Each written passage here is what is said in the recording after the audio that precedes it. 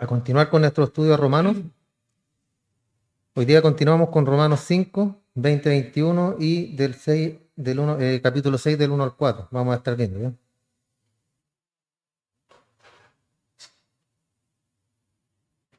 Entonces el último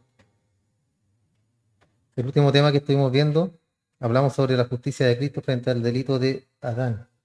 Recuerden que estamos representados en Cristo ahora, pero también en Adán. Ambos tienen una representación importante en lo que es, en primer lugar, Adán, ¿cierto? Como el primer ser humano, el primer hombre creado por Dios, y Jesucristo, que habla que es el postrer Adán, ¿ya? O sea, el que habría de venir, que es espiritual. Vimos, ¿cierto?, en el verso 19 que Pablo resumió su argumento sobre la supremacía federal de Adán y de Cristo. Recuerden que cuando hablamos de la supremacía federal estamos hablando de la representación, y eso significa, ¿ya? Adán representando la carne y Cristo representándonos en el ámbito espiritual. Cada uno tiene su punto.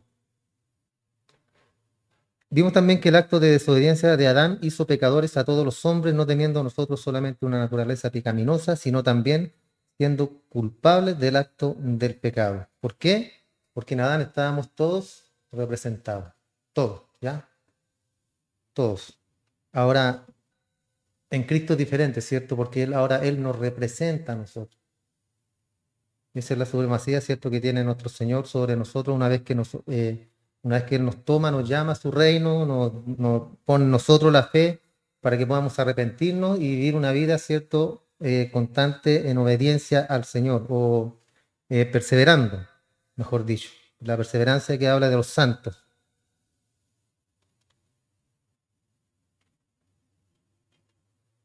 Así la obediencia de Cristo no solamente incluyó su muerte en la cruz, sino también su vida santa de obediencia a la voluntad del Padre. Cristo dijo en el Evangelio según San Juan, capítulo 6, verso 38, porque he descendido del cielo no para hacer la voluntad, o sea, mi voluntad, no para hacer mi voluntad, sino la voluntad del que me envió.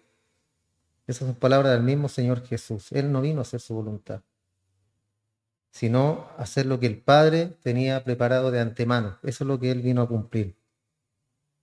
Sin embargo, fue su muerte en la cruz y la resurrección lo que hizo posible, ¿cierto?, que Dios declarara justo al pecador. ¿Quién es el pecador aquí? Nosotros, ¿cierto? Todos nosotros. En el mundo, todo el mundo. Nosotros somos pecadores, pero estamos santificados hoy en día. Somos pecadores justificados. Dios nos tomó y nos puso en un lugar de privilegio. Esa es la diferencia con el mundo de nosotros, hermanos.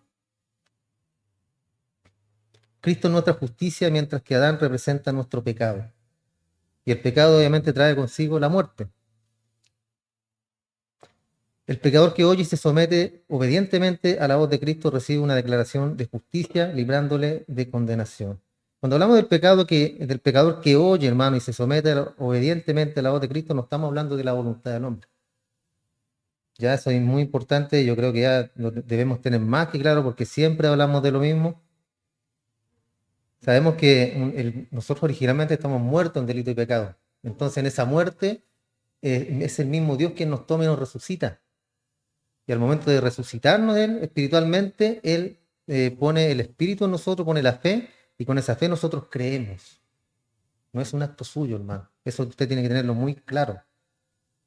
Muy claro. Antes me veía un sticker que envió el hermano Franco, donde decía, hablaba Dios y decía, yo voy a hacer mi voluntad, algo así, ya, pero yo te voy a salvar. Y salía un arminiano abajo que decía así, pero eso sí, si es que yo quiero. Es que yo quiero recibirte como mi Señor.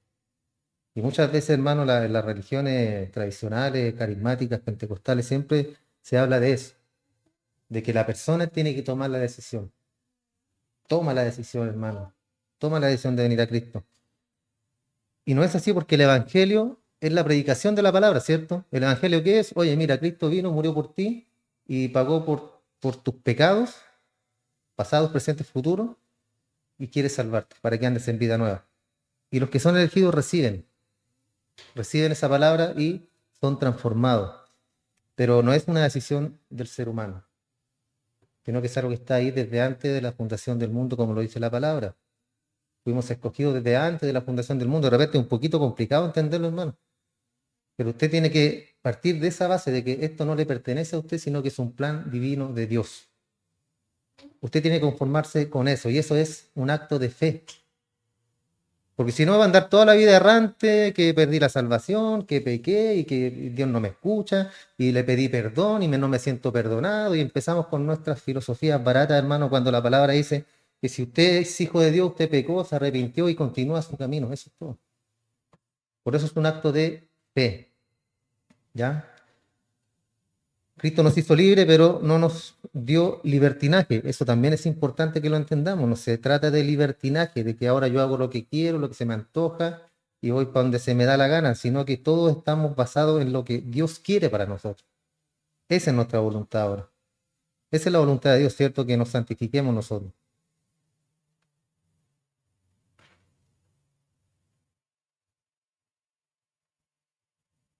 Entonces el Señor Jesucristo mismo dijo en el Evangelio según San Juan, capítulo 5, verso 24, de cierto os digo, el que oye mi palabra y cree al que me envió tiene vida eterna. ¿Quién es el que oye la palabra del Señor? En este caso, Cristo está diciendo, de cierto digo, el que oye mi palabra. ¿Quién la oye? Recuerden que también dijo, mis ovejas oyen mi voz. Entonces aquí no está hablando de una persona, aquí no está evangelizando Cristo, sino que está hablando de los suyos. El que oye mi palabra y cree al que me envió. Uno que no es cristiano no puede creer, ¿ya? Ese tiene vida eterna, por ende, ¿cierto? Y no vendrá condenación, mas ha pasado de muerte a vida. Ahí está hablando de los suyos, de los que han creído, de los que oyen la palabra y creen. Y en el versículo 20 de este capítulo 5, en Romanos dice, y continuamos, la ley pues se introdujo para que el pecado abundara, pero cuando el pecado abundó, más abundó la gracia. Cuando Dios entregó la ley, incluyó un sistema de sacrificio, ¿recuerdan? Había sacrificio. Más tarde Cristo vino para cumplir todo aquello.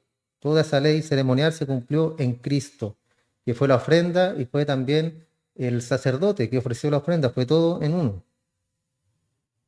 Entonces eso era todo símbolo de lo que habría de venir. En otras palabras, Dios ha dado a la raza humana, una raza perdida, sin oportunidad para ser librada de la culpa del pecado. Eso es lo que significaba todo esto. Ahora somos librados de la naturaleza pecaminosa porque la mantenemos hasta que morimos. No nos libramos de esa naturaleza, hermano. ¿Por qué? Porque es una batalla constante. ¿Somos santos? Sí. ¿En qué sentido? Que estamos apartados para el Señor. Somos santos como la gente piensa que el santo que no comete pecado, que sus pensamientos son todos puros, son todos blancos, que no hay nada de maldad en nuestra mente. Ese santo no existe, hermano. El único que era así era nuestro Señor Jesús en esta tierra. Santo, santo y santo, Él. Entonces nuestra naturaleza, hermanos, pecaminosa, se mantiene hasta que nosotros partimos de esta tierra. Por eso es una batalla constante, por eso es una perseverancia, hermano. No se sienta mal cuando usted tenga malos pensamientos, cuando usted piense apretar el cogote a alguien porque ya lo tiene hasta acá, no se sienta mal, hermano. Siéntase mal cuando lo haga, cuando lleve a cabo la acción, porque si bien el pensarlo igual está mal, ¿cierto? Pero el ejecutarlo es mucho peor. ¿Pero por qué pasa eso? Porque estamos nosotros ligados a esas pasiones, por mano, a esos sentimientos de rabia, de ira, de enojo. Recuerden que el Señor Jesús se enojó, se airó. Entonces algunos dicen, no, porque es pecado eso, airarse, es pecado aquí, es pecado. Hay cosas y cosas, hermano. Pero enojarse, airarse está dentro de nosotros y es lo que y la batalla nuestra, ¿cierto? Es mantener la cordura, mantenernos, ¿cierto? Para no llevar a cabo lo que pensamos, porque ahí sería terrible. Entonces vivimos con esa naturaleza toda nuestra vida, hermano. Lamentablemente así. Y la ley se introdujo no con Adán, sino con Moisés, algunos miles de años más tarde de Adán. Y reveló lo que Dios exige de quienes permanecen en el linaje del primer Adán. En esta carne, como lo decía Pablo, en esta carne de pecado. ¿Quién me librará de este cuerpo de muerte? Decía. ¿Quién? ¿Quién nos va a librar de este cuerpo de muerte?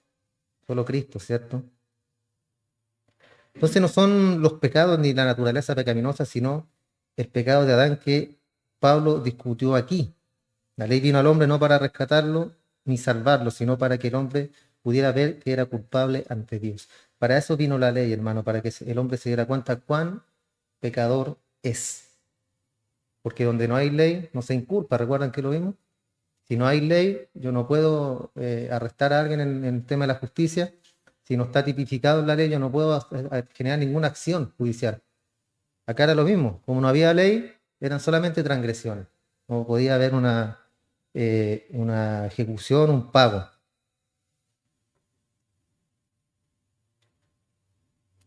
Ahora, si la ley multiplicó la transgresión, entonces la gracia de Dios fue multiplicada aún más, que es lo que leímos recién, ¿cierto?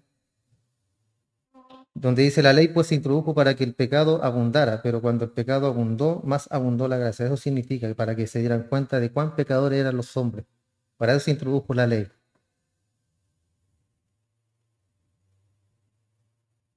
Entonces, si la ley se multiplicó la transgresión, entonces la gracia de Dios fue multiplicada aún más.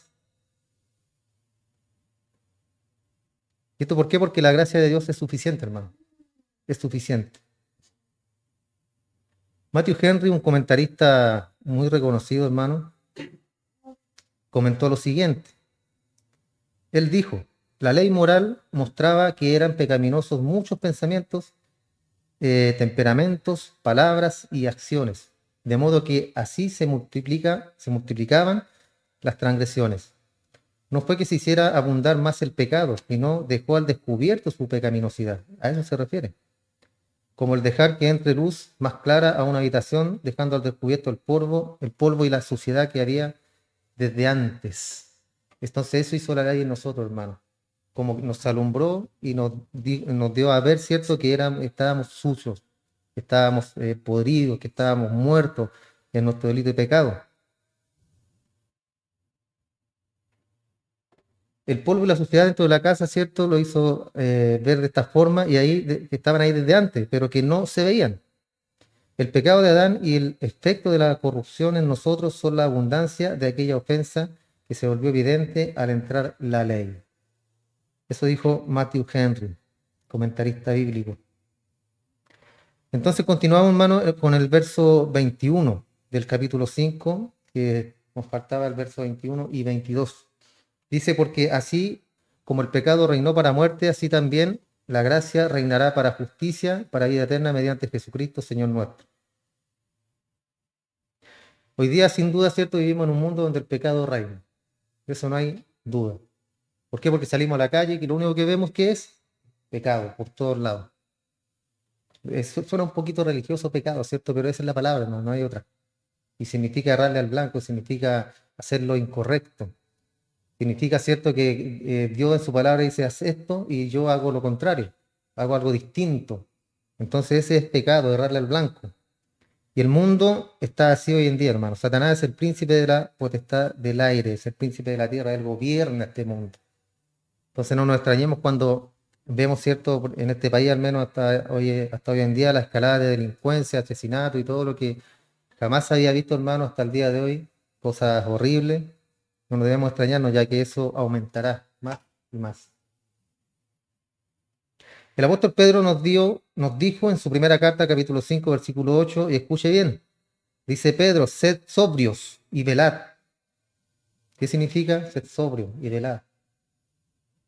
Porque nuestro adversario el diablo, como león rugiente, anda alrededor buscando a quien devorar. Si usted sabe que afuera hay un león suelto, de verdad, un león, de verdad, con su melenita, bonito como son ellos, pero comen carne, ¿qué haría usted? Usted llega y sale, ¿sí? No importa, usted dice, no pasa nada, en el nombre del Señor salgo para afuera. No, usted sale, el león se lo come, hermano, al tiro.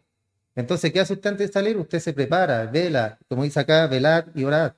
Está pendiente, está atento, mira por el hoyito, por el ojo de pez, ¿a dónde está el león? ¿Por dónde puedo salir? ¿Por atrás? ¿Por el lado? Busco alguna solución, ¿cierto? Y así debemos andar nosotros cuando Pedro dice sean sobrios y velen. O sea, estén siempre atentos, siempre listos. ¿Cómo? Por la palabra. Estudienla, léanla, vívanla. Escuchen predicación, canten alabanza. Todo cierto en su medida. No estamos hablando de religión, estamos hablando de comunión, hermano. Comunión. Y ser sobrio y velar. Porque el diablo anda como león rugiente. Cuando el león ruge es porque tiene hambre. Entonces así debemos nosotros andar, hermano. Porque el pecado reinó para muerte y seguirá haciéndolo. Ahora Pablo ya hablando acerca del reino de la muerte y del pecado. Una sola transgresión de Adán fue capaz de introducir en el reino, ¿cierto?, el tema de la muerte. Un solo pecado introdujo la muerte. Y el tema de la próxima sección de Romanos, el capítulo 6, es la naturaleza pecaminosa del individuo. Y el tema de la transgresión de Adán que nos hizo culpables a todos. ¿Ya? A todos. Recuerden que en Adán estábamos todos representados. Es como hoy en día nos representa cierta persona en este país, pero aunque usted no haya votado por él, usted está representado por él. Aunque no duela. Igual. Entonces, gracias a eso estamos representados en él y la naturaleza pecaminosa entró a nosotros como representados por Adán. Entonces el tema es la transgresión de Adán, que nos hizo culpables a todos. ¿Ya?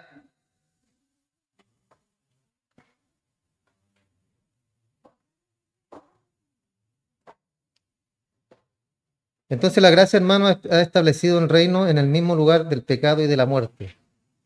Y eso fue establecido en justicia. ¿Y cómo fueron satisfechas esas demandas justas? En la muerte de Cristo, ¿cierto?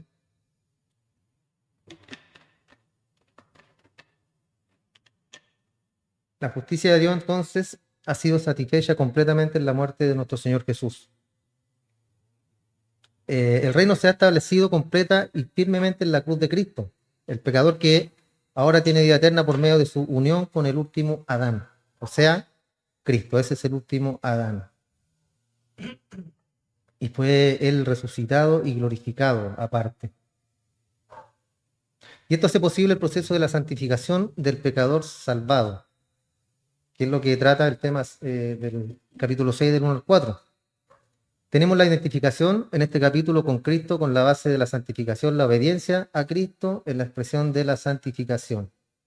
Así obedecemos, ¿cierto? Santificándonos. ¿Qué significa santificar? Ser santo, ser apartado para el Señor, es lo mismo. Entonces el capítulo 6 presenta la santificación como una posición del creyente. O sea, santificación como una posición. Versículo 1 del 1 al 13. Y la santificación práctica en los versículos 14 al 23.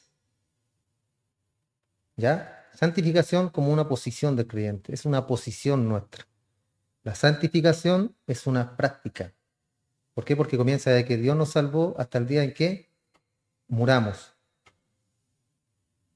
El apóstol Pablo dio a conocer las bases de este tema en la última parte del capítulo 5, pero todavía como parte del gran tema de la justificación, mostrando que la justicia es imputada a todo creyente en Cristo, es imputada, o sea, cree en el Señor Jesús y Él imputa a usted la justicia. O sea, usted ya es justo, porque Él lo salvó.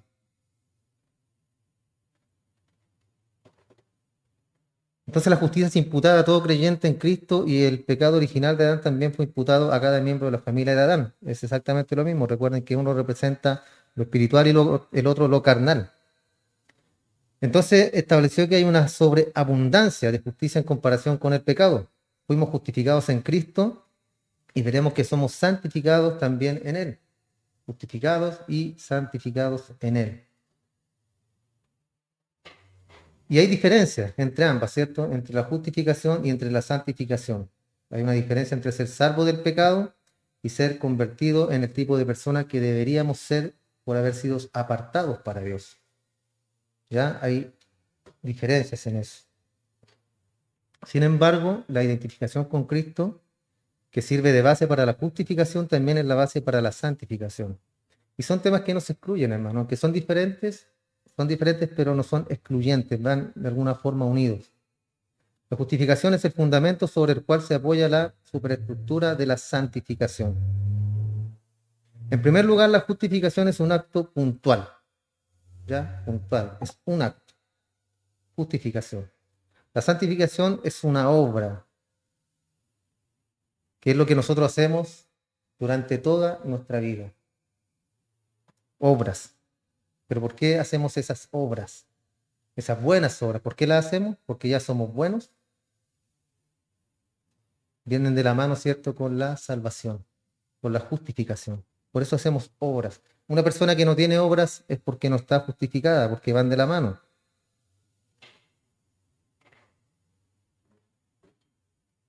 Entonces, la justificación, un acto puntual.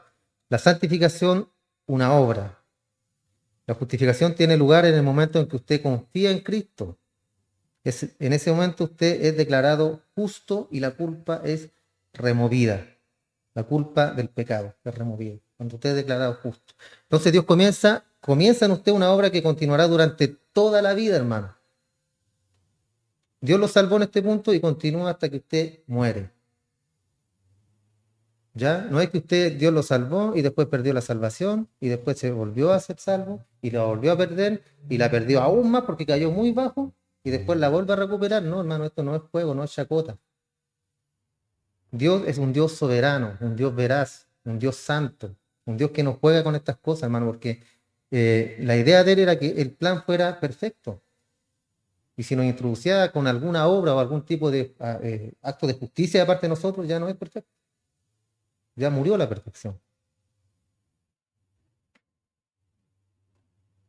Entonces Dios comienza en nosotros, ¿cierto? Y continúa durante toda la vida. La salvación es instantánea, pero la santificación es un proceso vitalicio. Por eso se habla de la perseverancia de los santos. En ese perseverar yo voy haciendo buenas obras, me caigo, me enojo de repente, que no quiero ir el domingo a la iglesia, que son todos hipócritas, que el hermano me miró así, que el pastor, y así sacamos todas nuestras cosas. Pero ¿por qué pasa eso, hermano?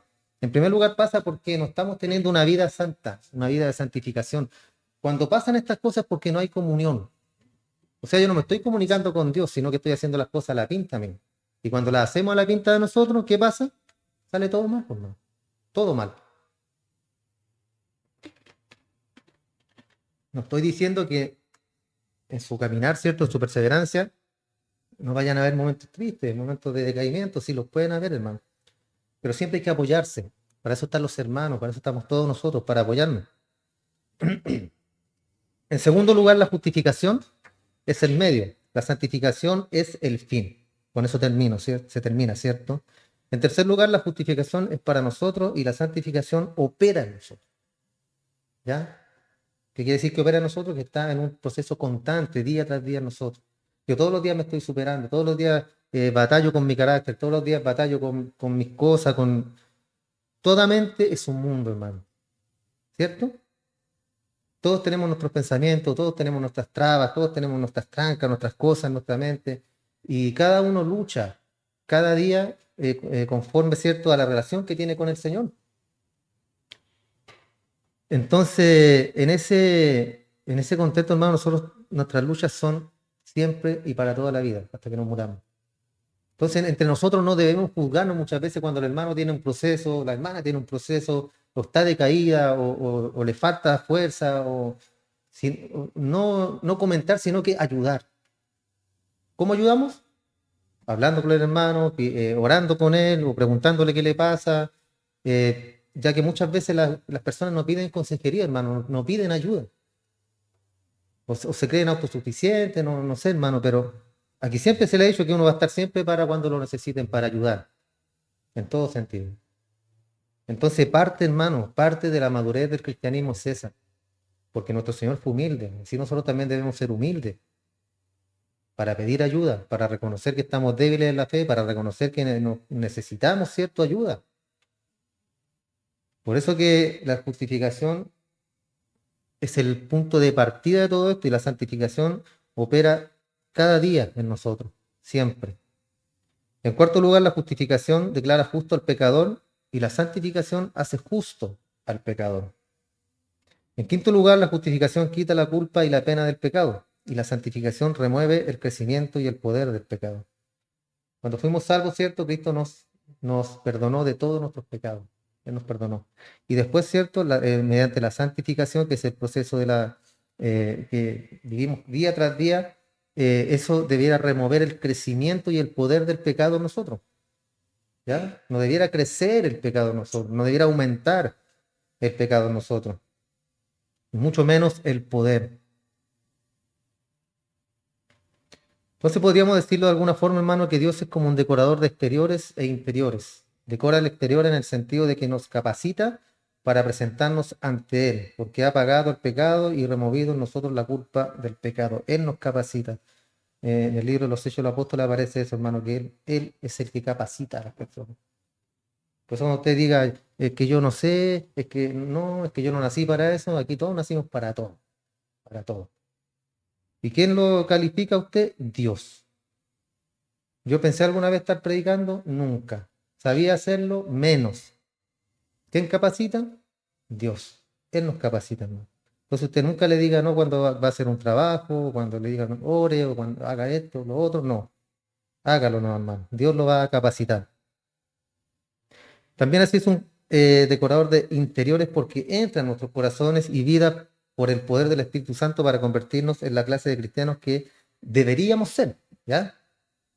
En la clase de cristianos que deberíamos ser, porque a veces no somos esa clase de cristianos que deberíamos ser, ¿ya? Y lo señalo con el dedo. Porque el Señor quiere eso, hermano, que seamos cristianos, ¿cierto? 100%, que nos comportemos como cristianos, pero a veces, ¿cierto? Se nos sale lo carnal, se nos sale ese viejo hombre, esa vieja naturaleza, que estamos hablando, ¿cierto? De la carne, ¿ya? Porque el viejo hombre, la Escritura dice que está hasta sepultado, está bajo tierra. Pero como nuestra lucha es con esta carne, ¿cierto? De pecado, que Pablo decía, se hacía llamar miserable, decía Pablo. Miserable me hace esta carne. Entonces esa lucha la vamos a tener siempre, hermano.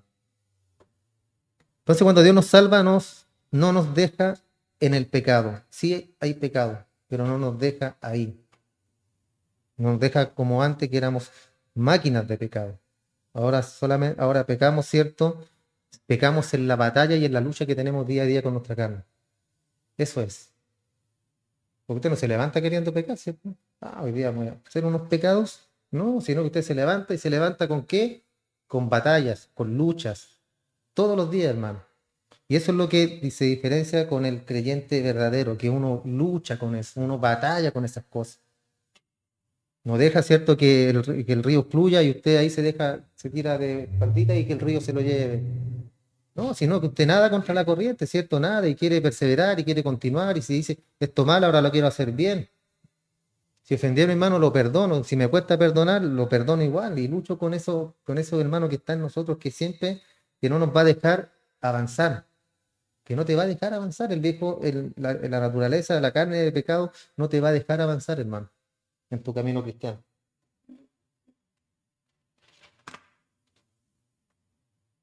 El pecador entonces se apropia de Cristo por la fe. ¿Para qué? Para la salvación y también para la santificación. Pablo lo dice en primera carta a los Corintios, capítulo 1, verso 30, pero por Dios estáis vosotros unidos a Cristo Jesús. ¿Por quién? Por Dios. No por usted, hermano. Por Dios estáis vosotros unidos a Cristo Jesús y Él ha hecho que Cristo sea nuestra sabiduría, nuestra justificación, nuestra redención, o sea, nuestra santificación y nuestra redención. Ahí está el proceso completo, hermano, de la salvación. ¿Por qué? Porque en primer lugar nos justifica, que lo que recién vimos, que es un acto puntual cuando Dios nos llama. Después entramos en un proceso de santificación, que es el camino de que nos salva hasta que morimos, y ahí es el último punto, nuestra redención. Porque cuando nosotros muramos, seremos redimidos, iremos al cielo. O cuando nos atropellen, lo que pasa, hermano, ya vamos a ir al cielo. Esa va a ser nuestra redención. ¿Cómo Dios me va a redimir? No lo sé. ¿Cuándo? No lo sé tampoco. Entonces, el otro día me acordaba que estaba escuchando al pastor John MacArthur y hablaba acerca de lo que estábamos viendo el otro día, de no, cómo le añado yo un codo a mi estatura, ¿cierto? Y decía, puedes morir, ¿cierto?, gordo o puedes morir esbelto, pero el día determinado está ahí para morir. Entonces no es relevante, decía él. Me acordé de ese punto, que también lo habíamos visto. Entonces por Cristo estamos nosotros, por Dios estamos nosotros en Cristo Jesús, hermano, que es nuestra justificación, santificación y redención. Antes de llegar al capítulo 6 de Romanos, Pablo no trató sobre la vida santa del que ha sido declarado santo, pero a partir del capítulo 6 en adelante, Pablo no trató más el tema de la salvación y del pecador, sino que cambió el tema. Hasta el 5 llegó, ¿cierto?, hablando de Adán, de Cristo, del postrero y todo ese tema. Por tanto, el tema de este capítulo es el poder de Dios actuando en pecadores, a quien Él ha declarado justo, y también para convertirlos realmente en justos. Muestra que el pecado justificado no puede continuar viviendo en el pecado porque se ha identificado con la muerte y resurrección de Cristo, el pecador. El pecador no puede, justificado, no puede seguir viviendo en el pecado. Cuando hablamos de vivir en el pecado, hermano, hablamos de habitar el pecado, ¿ya? O sea, seguimos las mismas de siempre y no nos importa nada.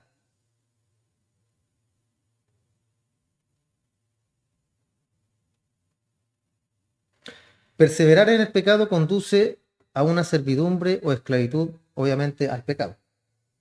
Y ese es otro motivo más para no continuar con el pecado. El creyente tiene una naturaleza nueva y tiene que obedecer a Dios, porque es cambiada, transformada, hermano, por medio, cierto, de la resurrección de nuestro Señor, que nos salvó.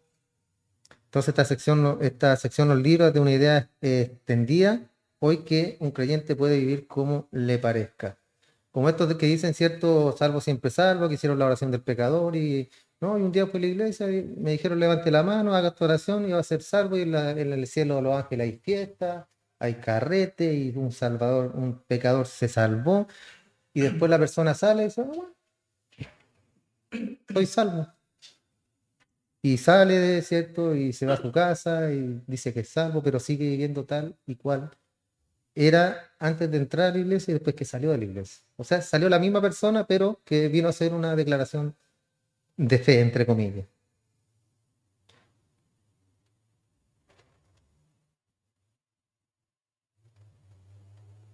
La identificación con Cristo en su muerte y resurrección significa pasar a ser, que Él pasa a ser, perdón, nuestro Señor y dueño. Dios nos da la libertad, lo cual es muy diferente al libertinaje, como veremos más adelante. No es lo mismo libertad que libertinaje, ¿cierto? Entonces, primer capítulo, hablando acá como la santificación como una posición. Vamos a leer lo anterior del 5 para que vean un poquito el contexto. El 20 del 5. Dice, pero la ley se introdujo para que el pecado abundase, mas cuando el pecado abundó, sobreabundó la gracia, para que así como el pecado, esto no significa, hermano, que mientras más pequemos, ¿cierto? Que también lo vamos a ver, pues si lo mismo no me acuerdo muy bien. Sí, mientras más pequemos, más gracia. ¿Ya? Entonces aquí está diciendo que hay que pecar para que haya más gracia de parte de Dios. Sigamos pecando nomás. Pero la ley se introdujo para que el pecado abundase más cuando el pecado abundó, sobreabundó la gracia, para que así como el pecado reinó para muerte, así también la gracia reine por la justicia para vida eterna mediante Jesucristo, Señor nuestro. ¿Qué pues diremos? ¿Perseveraremos en el pecado para que la gracia abunde? Ahí es lo que le decía. Vamos a perseverar, sigamos pecando para así, entre más pecado, más gracia.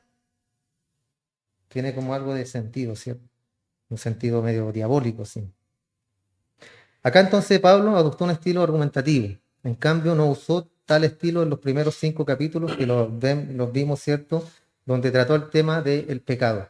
Allí estaba simplemente exponiendo los hechos, mirando la vida en un estado original y real. La conclusión evidente era que todos son pecadores.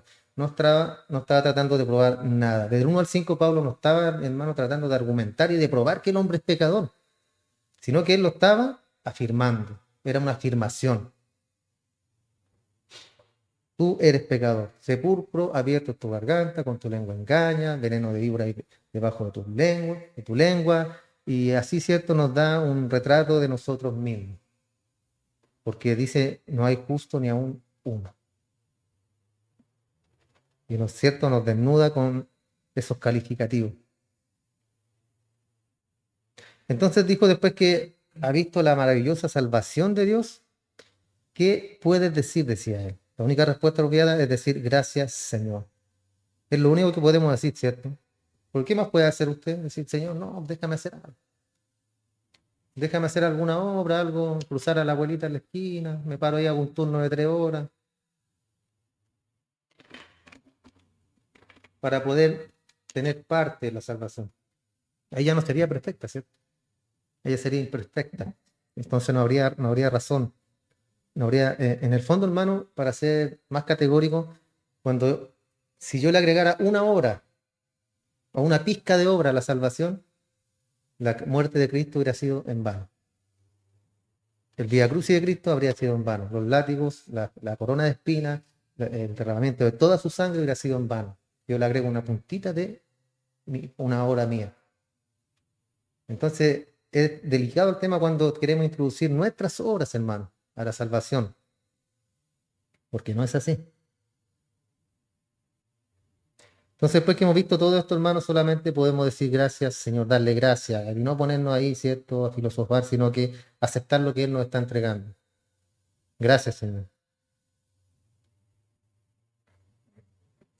Ahora la pregunta es, ¿perseveraremos en el pecado para que la gracia abunde? Como dijo Pablo, o en otras palabras, ¿vamos a seguir pecando para que Dios se muestre aún más bondadoso? Muchos cristianos, hermanos, están agobiados, cargados, con la espalda cargada por la gracia de Dios. Aunque son salvos por su gracia, creen que deben establecer una lista de reglas para poder vivir la vida cristiana, que esos son los legalistas. O sea, están salvados, pero toman el Evangelio como una carga, como un peso. Y mucha gente, ¿cierto?, en el mundo dice, no, no quiero ser cristiano, ¿por qué te prohíben esto, te prohíben lo otro, que tienen que ir con corbata, que las hermanas no se pueden depilar, que tienen que ir con el vestido hasta los tobillos, que el pelo largo, que no se pueden teñir? Oh, imagínense todas las cargas que le ponen a la gente, hermano.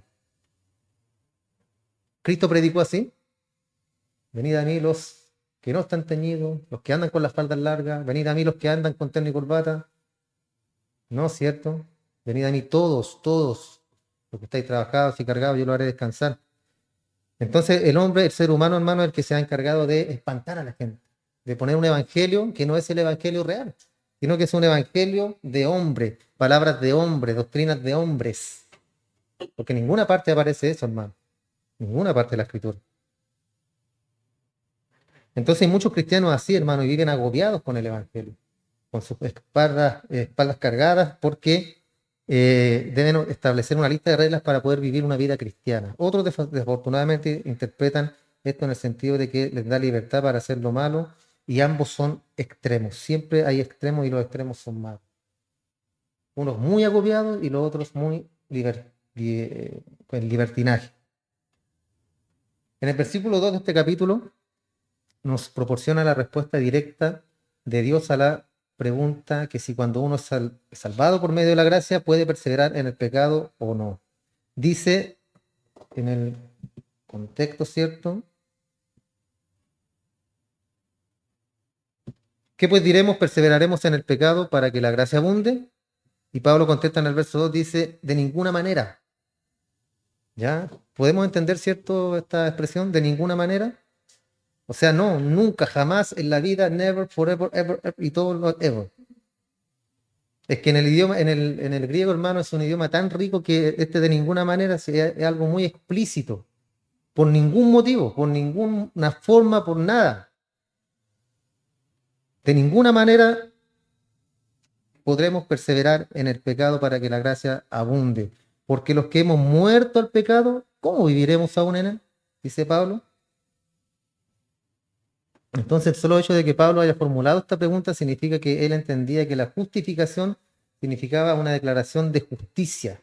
Y la justicia significa que la que es removida es la culpa o la pena del pecado y no el poder del pecado en la vida. Eso es lo que es removido acá, hermano. Ya también eso debemos tenerlo claro. Es removida la culpa o la pena del pecado, pero el poder del pecado está ahí, ¿cierto? Porque batallamos todos los días. ¿Contra qué? Contra el pecado, por mano. Todos los días batallamos contra eso. Entonces procedió a hablar sobre remover el pecado, pues remover el poder del pecado.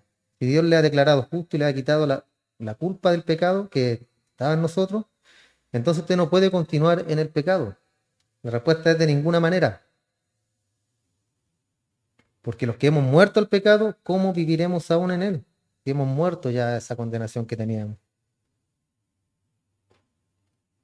Entonces, ¿cómo podemos nosotros, siendo hombres que morimos al pecado en la persona de nuestro Señor, que fue el sustituto, ¿cierto? Jesucristo, vivir o continuar viviendo en el pecado. Esto es algo que muchas veces está mal entendido.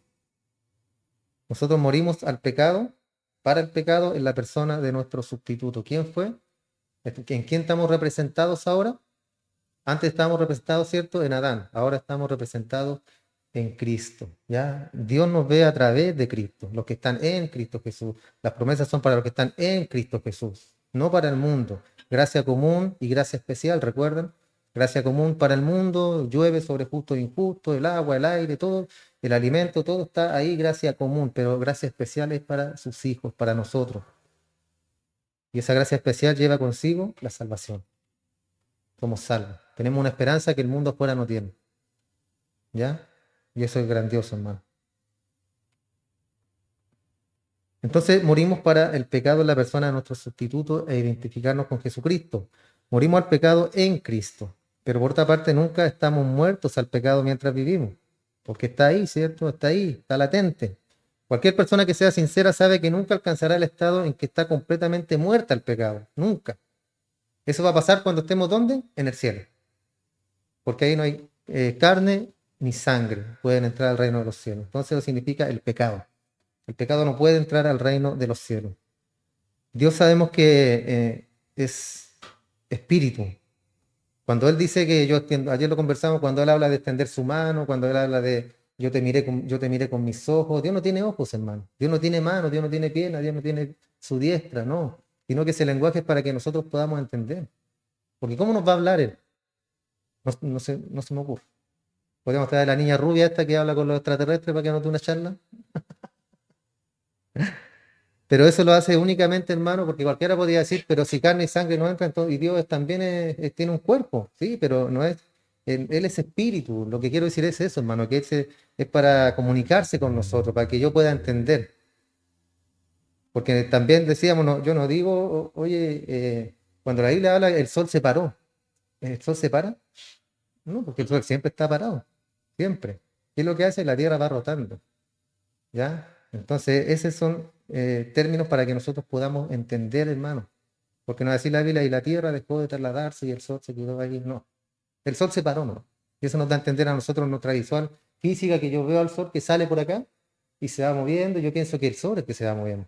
Pero es para que nosotros podamos entender. Entonces, cualquier persona, hermano, sabe que nunca alcanzará el estado en que está completamente muerta al pecado, a no ser que esté muerta, obviamente, y esté en el cielo. Logra alcanzar el estado de que su deseo es querer vivir para Dios, pero reconoce que todavía tiene la vieja naturaleza controlada por el pecado. Y eso nos pasa a todos, hermano, ¿cierto? Aquí nadie puede decirme, no, yo no. Firme, firme, duro con duro. No, ahí está siempre, hermano, ahí está el pecado siempre. Queremos vivir para Dios, queremos vivir para Cristo, queremos perseverar, pero ahí está el pecado. Ahí está el pecado haciéndonos zancadillas de repente, ¿cierto? Pegándonos empujones. Ahí está. Y esa es la lucha que tenemos todos los días. Versículos como este, son versículos como estos los que han dado lugar a la aparición de personas que sinceramente se consideran a sí mismas como viviendo en un nivel superior de santidad. Yo conozco al más que uno que es cierto que son santos, santos. Ya no voy a decir 3 veces santo porque ya sería una blasfemia.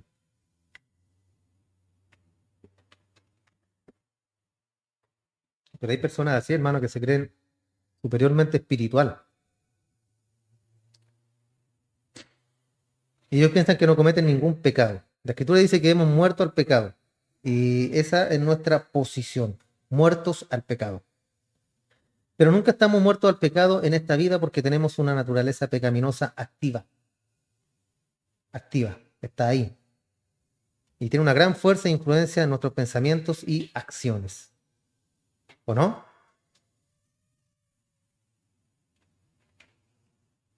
¿Qué quiere decir entonces cuando la Biblia dice con Cristo estamos juntamente crucificados? ¿Qué quiere decir esto? Con Cristo estamos juntamente crucificados. Quiere decir que cuando Cristo murió hace más de 2000 años, al identificarnos espiritualmente, nosotros morimos con Él. Eso significa que nosotros hemos muerto con Él. Fuimos resucitados en Él y ahora estamos unidos a un Cristo vivo. Y esta es la gran verdad, hermano. Y lo expresa la Biblia. Ahora, nosotros no hemos crucificado la vieja naturaleza. porque está ahí, para que nos muramos, insisto. No sé si usted alguna vez ha intentado crucificarse a usted mismo con éxito. ¿Ha logrado? ¿O si ha querido crucificarse? Llévelo al plano físico, crucifíquese, ¿eh? ¿Podrá hacerlo? No, no se puede, imposible que usted se crucifique a sí mismo, hermano. Lo interesante acá es que una persona puede quitarse la vida de muchas maneras. Hay muchas formas para quitarse la vida. Pero una persona no puede matarse por medio de una autocrucifixión, físicamente. Resultaría imposible clavarse a sí mismo los clavos. Y eso significa que estamos con Cristo, estamos juntamente crucificados. O sea, estamos, como bien lo dijimos recién, representados por Él. ¿Quién debía estar en esa cruz? Ustedes, por más, ustedes. Yo no. Todos nosotros, ¿cierto? Todos nosotros debíamos, esa cruz era para todos nosotros, hermano. Pero como lo vimos, por uno se introdujo la muerte y por uno se introdujo después la vida, la salvación.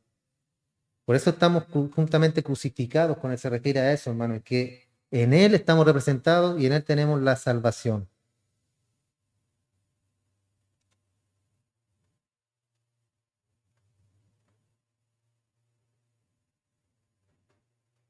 Versículo 3.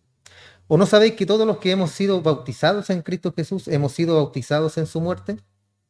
Otra traducción dice, ¿no sabéis que al quedar unidos a Cristo Jesús por el bautismo, quedamos unidos a su muerte? Otro versículo, ¿cierto?, que muchas veces es mal entendido, mal comprendido. Si usted solamente ve el bautismo por agua en este versículo, pierde su verdadero sentido. ¿Por qué? Porque Pablo acá está hablando sobre la identificación con Cristo. Y es lo que hemos venido hablando, hemos venido diciendo, ¿cierto? Identificarse con Cristo. Los traductores no tradujeron la palabra griega baptizo, simplemente la transcribieron a nuestro idioma.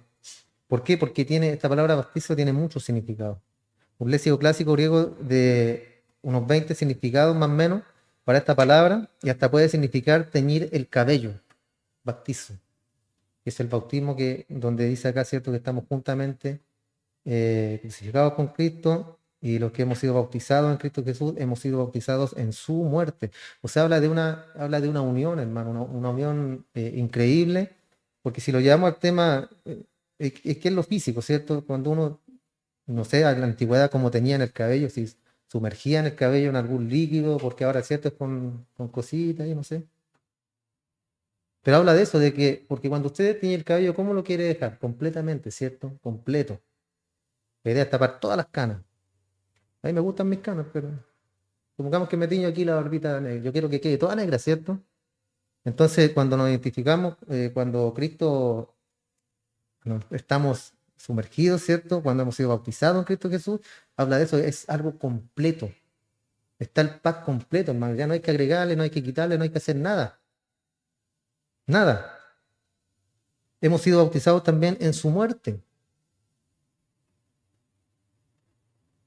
juntamente con Cristo, lo que vimos recién, crucificado. Y el bautismo también habla de lo mismo, ¿cierto? Cuando hablamos de bautizar, hablamos de sumergir a una persona. Y no la sumergimos, ¿cierto?, las patitas nomás, sino que completo, enterito, bien remojado. En ese sentido también puede ser un poco más práctico entenderlo.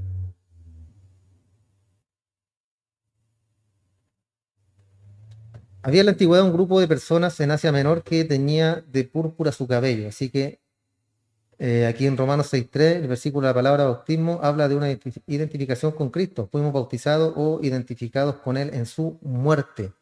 Bautizados o identificados, como Pablo lo explica en el próximo versículo.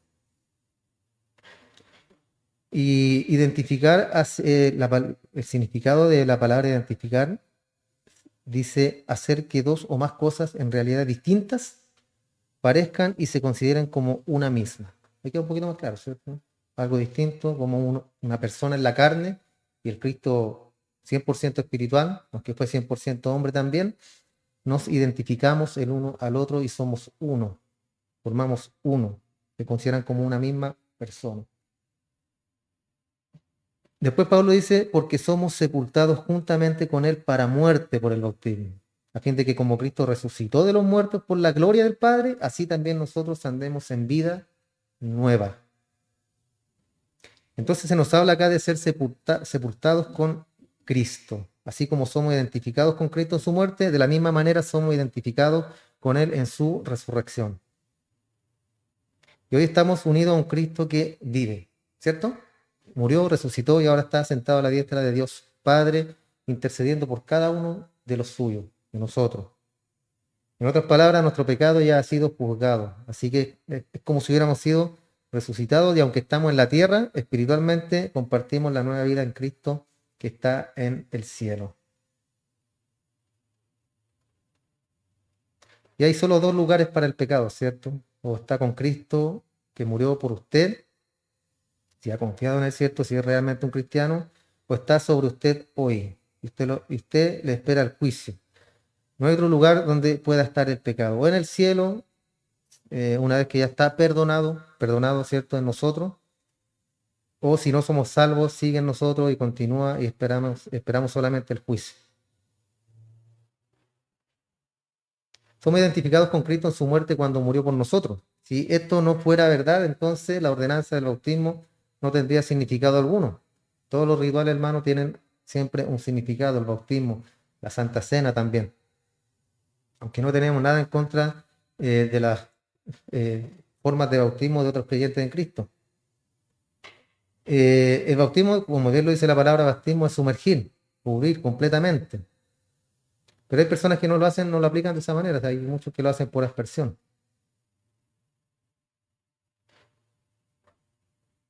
Pero esta inmersión en el agua ilustra mejor la verdad espiritual que se expone acá en esta sección.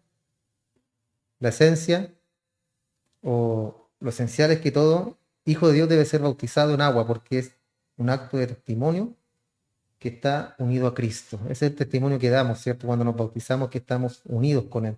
Como estamos hablando acá de la muerte y la representación por parte de Cristo hacia nosotros, esto es lo mismo, hermano.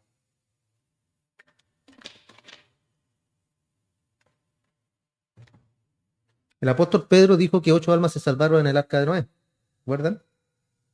Pasaron por las aguas del juicio dentro del arca. Nosotros experimentamos la pena de muerte de Cristo en la cruz y en su primera carta, capítulo 3, Pedro habla en el verso 20 al 22. Dice: los que en otro tiempo desobedecieron cuando una vez esperaba la paciencia de Dios en los días de Noé, mientras se preparaba el arca, en la cual pocas personas, es decir, 8, fueron salvadas por agua. El bautismo que corresponde a esto ahora nos salva, no quitando las inmundicias del cuerpo, sino como la aspiración de una buena conciencia hacia Dios, mediante la resurrección de Jesucristo. ¿Escuchó bien? No quitando las inmundicias del cuerpo, sino como la aspiración de una buena conciencia hacia Dios. O sea, el pecado no es que se bautice y, como lo dicen muchas veces también, que quedan todos los pecados ahí en el agua. Y por eso tiene que bautizarse, ¿dónde? Como Juan el Bautista, en un río. Tiene que fluir el agua. ¿Por qué? Porque así se lleva los pecados. Yo no sé de dónde inventan tantas cosas, ¿no? Hay iglesias que tienen bautisterio aquí delante del púlpito y la gente se bautiza, hermano, y da testimonio de su fe y todos felices, todos contentos. Pero siempre tiene que estar, es cierto, el legalista ahí con sus cosas y que no, que tiene que ser así. Y eso es lo que muchas veces aburre a las personas, hermano, a la gente. No quitando las inmundicias del cuerpo, sino como a la aspiración de una buena conciencia hacia Dios. Ese es el punto, una buena conciencia hacia lo que yo estoy pensando, qué estoy haciendo cuando me estoy bautizando, qué es lo que estoy haciendo después que me levanto de las aguas, cómo sigue mi vida, cómo continúa mi vida, qué estoy haciendo. Ahora, ¿qué quiere decir con el que el bautismo nos salva acá? Porque está hablando de que esa también es otra doctrina, hermano, de que si tú no estás bautizado, aunque hagas misa, usted no se va al cielo. Ahí se quedó. ¿Por qué? Porque no se bautizó. Aquellas 8 personas pasaron por las aguas del juicio dentro del arca. Lo que parecieron, los que perecieron en las aguas fueron aquellos que se encontraban fuera del arca. ¿Qué habla del bautismo? Habla de cubrir completamente, ¿cierto? ¿De qué estamos hablando del arca? Ellos se introdujeron dentro del arca. ¿Ya? Fue como cubrirlos de todo lo que venía, de la lluvia, de la inundación, de la muerte. Entonces a eso habla y habla de que esas 8 personas fueron salvadas. Las 8 personas del arca ni siquiera se mojaron. Sin embargo, Pedro dijo que fueron salvadas por el bautismo. Obviamente la palabra bautismo acá significa más bien identificación. Hay muchos términos para esta palabra. Entonces aquí se identificaron, identificación, los que se salvaron se identificaron con el arca. Eso significa que habían creído en Dios y después se introdujeron en el arca. De eso habla, ¿cierto? Y queda un poco más claro. No significa que si no se bautiza usted en este tiempo, usted no es salvo, sino que tiene su contexto y tiene su significado también. El bautismo representa una ruptura completa con nuestra vida pasada. Así como el diluvio borró el antiguo mundo corrompido por el pecado, ilustra nuestra ruptura con la vieja vida controlada por las pasiones de nuestra naturaleza y nuestra entrada a una vida nueva. Una vida nueva, una vida diferente. Porque así como somos identificados con Cristo en su muerte, así también somos identificados con Cristo en su resurrección. Y podemos vivir y actuar impulsados por su poder. No es como antes, ¿cierto? Antes estábamos tomados por el poder del pecado, del diablo, de Satanás, éramos hijos de... Ahora es distinta la cosa, es diferente.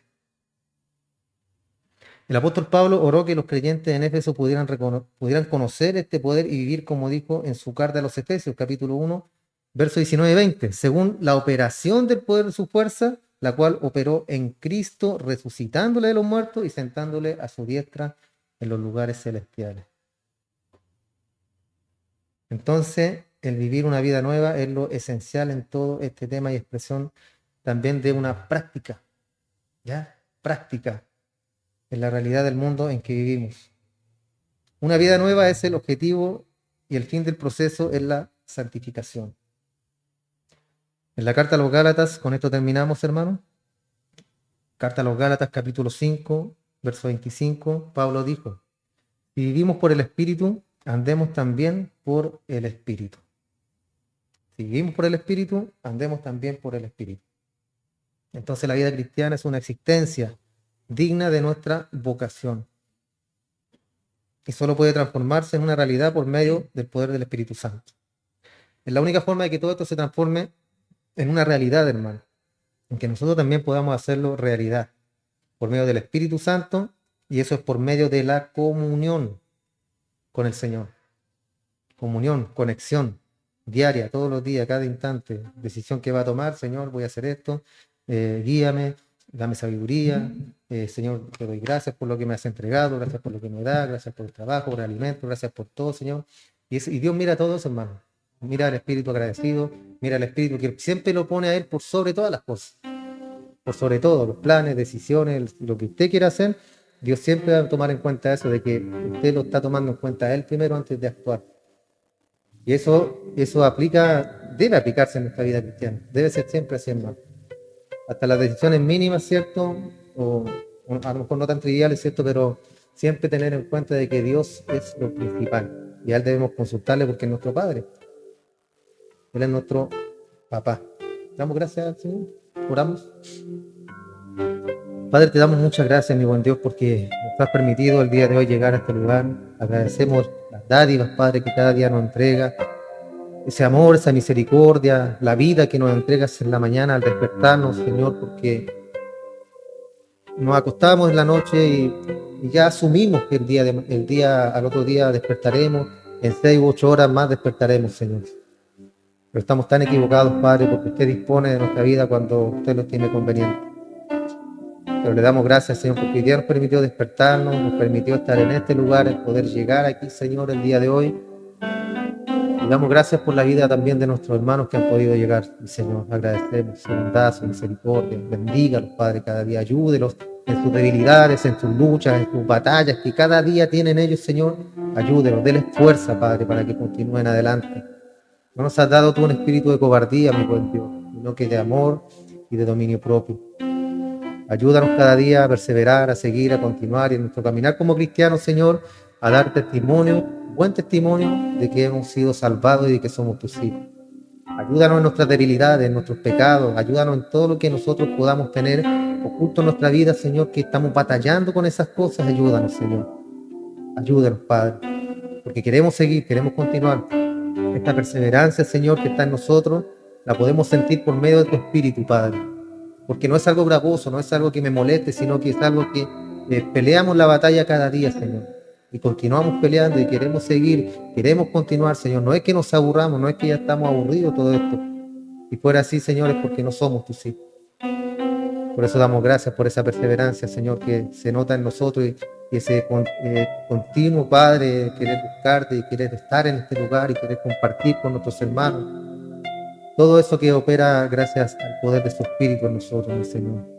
Gracias, Padre, te damos. Bendíganos a cada uno de nosotros, Señor, en esta hora. Aumente cada día nuestra fe, aumente cada día, Señor, nuestra confianza en usted, Padre, y que podamos descansar plenamente en sus planes, Señor. Porque sus planes son, su voluntad, Padre, es buena, es agradable y es perfecta. En el nombre de Jesús entregamos todo esto, mi buen Dios. Amén y amén. Gracias, Señor.